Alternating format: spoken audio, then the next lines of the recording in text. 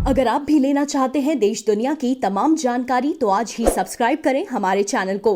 साथ ही नीचे दिए बेल आइकन को जरूर दबाएं ताकि हर अपडेट आप तक पहुंच सके।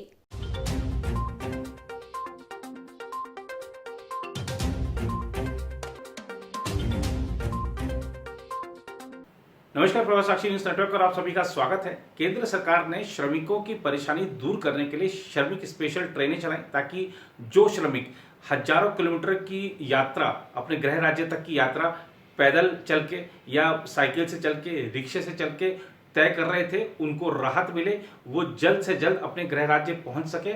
और जो गृह मंत्रालय है उसने कई सारी रियायतें दी ताकि जो राज्य सरकारें हैं वो अन्य राज्यों में फंसे अपने श्रमिकों को बस के माध्यम से ला सके। और इससे हम देख रहे थे कि किस तरह से प्रवासी श्रमिकों के चेहरे पर खुशी आती दिख रही थी। लोग अपने घर पहुंच रहे हैं, अपने राज्य पहुंच रहे हैं, तो उनके चेहरे की जो खुशी है वो दर्शा रही है कि कितने प्रसन्न हैं वो लोग। लेकिन कांग्रेस ने यहां पर की है एक बड़ी राजनीति, जहां कांग्रेस की अध्यक्ष सोनिया गांधी ने ऐलान किया कि जो मोदी सरकार है वो यात्री किराए की वसूली कर रही है इन प्रवासी श्रमिकों से, और ये एक बहुत गंभीर मामला है, अनैतिक मामला है। उन्होंने कांग्रेस की प्रदेश इकाइयों को निर्देश दिया, जी हाँ, सोनिया गांधी ने प्रदेश इकाइयों को निर्देश दिया कि जो टिकट का जो किराया है प्रवासी श्रमिकों का, उसके भुगतान आप करें, उसके लिए भुगतान के लिए पैसे आप दें।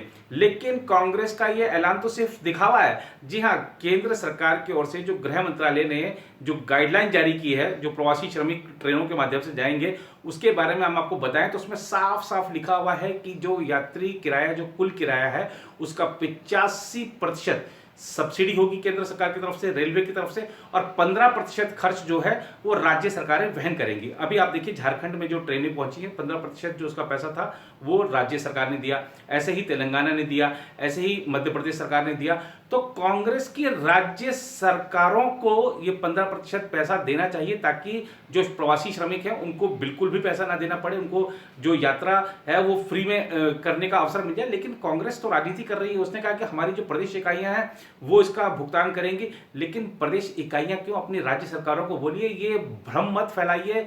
जो सरकार की ओर से गाइडलाइंस हैं वो सबके सामने हैं। देखिए, जो अफवाहें फैलाने का, भ्रम फैलाने का जो आरोप हमेशा जनता पर लगता है, लेकिन पॉलिटिकल पार्टी अगर ऐसा करे तो ये एक गंभीर मामला हो जाता है। हम आपको बताते हैं कि कैसे पॉलिटिकल पार्टीज ने बिना गृह मंत्रालय की गाइडलाइन पढ़े अपनी राजनीति की है। बात करें सोनिया गांधी की तो वह सवाल करती हैं कि जब रेल मंत्रालय पीएम केयर्स कोष में 151 करोड़ रुपए का योगदान दे सकता है तो श्रमिकों को बिना किराए के यात्रा की सुविधा क्यों नहीं दे सकता।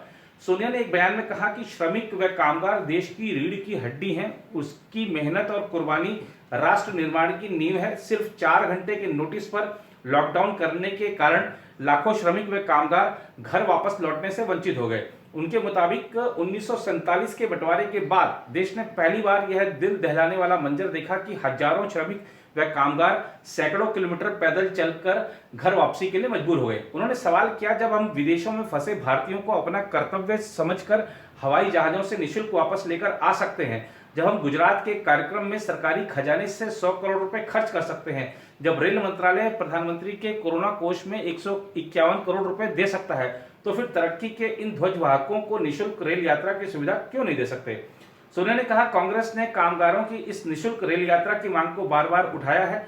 दुर्भाग्य से न सरकार ने एक सुनी है और न ही रेल मंत्रालय ने। इसीलिए कांग्रेस ने यह निर्णय लिया है कि प्रदेश कांग्रेस कमेटी की हर इकाई हर जरूरतमंद श्रमिक व कामगार के घर लौटने की रेल यात्रा का टिकट खर्च वहन करेगी, वह इस बारे में जरूरी कदम उठाएगी। और अगर हम अन्य जो राजनीतिक दल हैं उनकी बात करें तो सिर्फ जो खबरों के आधार पर ही सरकार की निंदा करते हुए समाजवादी पार्टी के नेता अखिलेश यादव ने कहा कि आपदा के समय गरीबों का शोषण करना साहूकारों का काम है, ना कि सरकार का। उन्होंने ट्वीट किया, भाजपा सरकार द्वारा गरीबों, असहाय श्रमिकों से उन्हें ट्रेन से वापस भेजने के लिए पैसे लेने की खबरें शर्मनाक हैं। आज यह स्पष्ट हो गया है कि भाजपा जो पूंजीपतियों का अरबों का कर्ज माफ कर देती है वह अमीरों के साथ है और गरीबों के खिलाफ है। आपदा के समय साहूकारों का काम होता है शोषण करना, न कि सरकार का। कर्नाटक के कांग्रेस अध्यक्ष डीके शिव कुमार ने भी कहा है कि उनकी पार्टी श्रमिकों के ट्रेन किराए के भुगतान के लिए राज्य सरकार को मदद उपलब्ध कराने के लिए तैयार है। माकपा के महासचिव सीताराम येचुरी ने राज्यों पर भार डालने के लिए केंद्र सरकार पर निशाना साधते हुए कहा कि प्रवासी श्रमिकों की जो स्थिति हुई है वह केंद्र द्वारा लॉकडाउन की अचानक घोषणा करने के कारण हुई है। येचुरी ने कहा वह बहुत ही अनुचित है कि पूरी जिम्मेदारी राज्य सरकारों पर डाल दी गई है। राज्यों के कारण यह समस्या खड़ी नहीं हुई है। संसद में सरकार ने कहा था कि विदेशों में फंसे हुए भारतीयों को स्वदेश वापस लाने की पूरी लागत वहन की जाएगी। इसी तरह प्रवासी श्रमिकों को भी वापस लाया जाना चाहिए।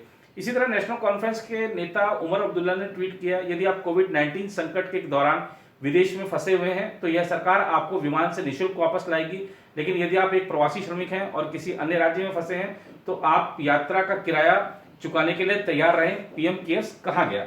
अब पॉलिटिकल पार्टीज ने इतनी बातें तो कर दी हैं, लेकिन हम आपको बताते हैं, अब जरा रेलवे का पक्ष सुन लीजिए। भारतीय रेलवे ने देश भर में फंसे हुए लोगों को ले जाने के वास्ते विशेष श्रमिक रेलगाड़ियों के लिए दिशा निर्देश जारी किए हैं। रेलवे ने कहा है कि क्षमता की 90% मांग होने पर ही विशेष श्रमिक रेलगाड़ियां चलाई जानी चाहिए और राज्यों को टिकट किराए का 15% वहन करना चाहिए। बाकी 85% रेलवे की ओर से सब्सिडी होगी। रेलवे ने दिशा निर्देशों में कहा है कि फंसे हुए लोगों को भोजन, सुरक्षा, स्वास्थ्य की जांच और टिकट उपलब्ध कराने की जिम्मेदारी उस राज्य की होगी जहां से ट्रेन चल रही है।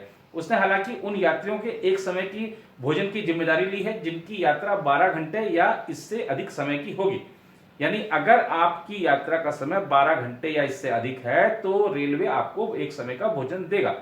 रेलवे ने कहा प्रत्येक श्रमिक स्पेशल ट्रेन का केवल एक गंतव्य होगा और यह बीच में नहीं रुकेगी।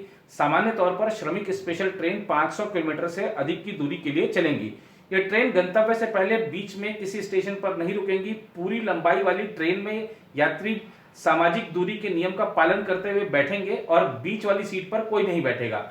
इस तरह की प्रत्येक ट्रेन लगभग 1200 यात्रियों को ले जा सकती है। दिशा निर्देशों में कहा गया है कि संबंधित राज्य यात्रियों के समूह को लेकर योजना तैयार करेंगे। ट्रेन के लिए क्षमता के 90% से कम मांग नहीं होनी चाहिए। रेलवे निर्दिष्ट गंतव्यों के लिए संबंधित राज्य द्वारा बताई गई यात्रियों की संख्या के हिसाब से टिकट प्रकाशित करेगा और इन्हें स्थानीय राज्य प्राधिकार को सौंप देगा। जहां से ट्रेन चलेगी, संबंधित राज्य सरकार उस स्थान पर यात्रियों को भोजन के पैकेट और पेयजल भी उपलब्ध कराएगी। रेलवे ने कहा है सभी यात्रियों के लिए चेहरे पर मास्क लगाना अनिवार्य होगा। राज्य के अधिकारी यात्रियों को मास्क का इस्तेमाल करने के बारे में परामर्श देंगे। अब रेलवे ने तो अपनी तरफ से साफ कर दिया है कि जो एमएचए की गाइडलाइंस है, केंद्रीय गृह मंत्रालय की गाइडलाइंस है, उसमें साफ कर दिया गया है कि 85% केंद्र सरकार सब्सिडी दे रही है, 15% राज्य सरकारों को वहन करना है। अब राज्य सरकारें अगर वहन नहीं करेंगी खर्चा तो ये 15% जाहिर सी बात है कि रेलवे अगर ले रहा है तो वो यात्रियों से ही लिया जाएगा। तो राज्य सरकारों को चाहिए, सभी राज्य सरकारों को चाहिए कि प्रवासी श्रमिकों की समस्या को देखते हुए जिस तरह केंद्र सरकार 85% खर्चा उठा रही है, 15% तो आप भी उठा सकते हैं। और अगर आप नहीं उठा पा रहे हैं तो आप केंद्र को बताइए, शायद केंद्र इसका भी कोई हल निकालेगा। लेकिन सिर्फ भ्रम के आधार पर, सिर्फ भ्रामक खबरों के आधार पर सरकार को कटघरे में खड़ा कर देना ये बिल्कुल नाजायज है। संकट के इस समय सरकार क्या क्या कदम उठा रही है उसकी आप देखिए कि पूरे विश्व में चर्चा हो रही है, विश्व में सराहना हो रही है। भारत में यदि लॉकडाउन समय पर नहीं लगा होता, उसी समय नहीं लगा होता तो हालात बहुत बिगड़ सकते थे। ये बात पूरी दुनिया कह रही है भारत के बारे में, और आप कह रहे हैं कि भारत ने अचानक लॉकडाउन लगा दिया। स्थिति बताकर नहीं आती है, अचानक ही सब कुछ होता है। अचानक ही कोई विपदा आती है तो आप उसके लिए ये नहीं कह सकते कि मुझे पहले से क्यों नहीं बताया गया कि विपदा आने वाली है। ये बहुत बचकाने सवाल हैं, बचकानी राजनीति है। राजनीतिक दलों को गंभीरता दिखानी चाहिए, सरकार के साथ खड़े रहना चाहिए। इस समय देखिए जो राजनीति हो रही है, जो राजनीति कर रहा है, पूरा देश देख रहा है कि संकट की इस घड़ी में देश के साथ कौन खड़ा है और कौन नहीं। ये जो संकट का समय होता है बहुत सारे लोगों के चेहरे के पर्दा भी हटा देता है ताकि पता लग जाए कि सामने वाला आपका सहायक सिद्ध हो सकता है या नहीं। तो इस तरीके की हरकतों से न सिर्फ लोगों को बल्कि राजनीतिक दलों को भी बचना चाहिए। उदाहरण बात करें कोरोना वायरस की, तो कोरोना वायरस के जो मामले हैं संक्रमण के लगभग 42,000 के पार चले गए हैं। मृतकों का आंकड़ा भी 1300 को पार कर गया है, लेकिन 11,000 से ज्यादा लोग ठीक हो चुके हैं। और अगर हम देखें, एक बहुत बड़ी खबर है, ये बहुत बड़ी बात है कि साउथ कोरिया, जिसकी बड़ी तारीफ हो रही है पूरी दुनिया में कि उसने अपने यहाँ पे जो मृतकों का आंकड़ा बढ़ने नहीं दिया, संक्रमण के मामले भी उसने बढ़ने से रोके। तो हम और अगर हम साउथ कोरिया के हिसाब से अपनी तुलना करें भारत के मामलों की, तो भारत भी वही दर पे चल रहा है, चाहे संक्रमण फैलने की बात हो, चाहे अगर हम बात करें मृतकों के आंकड़े की, तो भारत ने लगभग दक्षिण कोरिया की तरह अपने यहाँ पर मामले, जो संक्रमण के मामले हैं उसको फैलने से रोकने में सफल रहा है। मृतकों का आंकड़ा जो है भारत का वो भी बहुत ज़्यादा नहीं है, बहुत बढ़ा नहीं है। जिस हिसाब से यहाँ पर महामारी अन्य देशों में फैली, भारत ने बहुत समय पर सही चीज़ों को नियंत्रित किया है।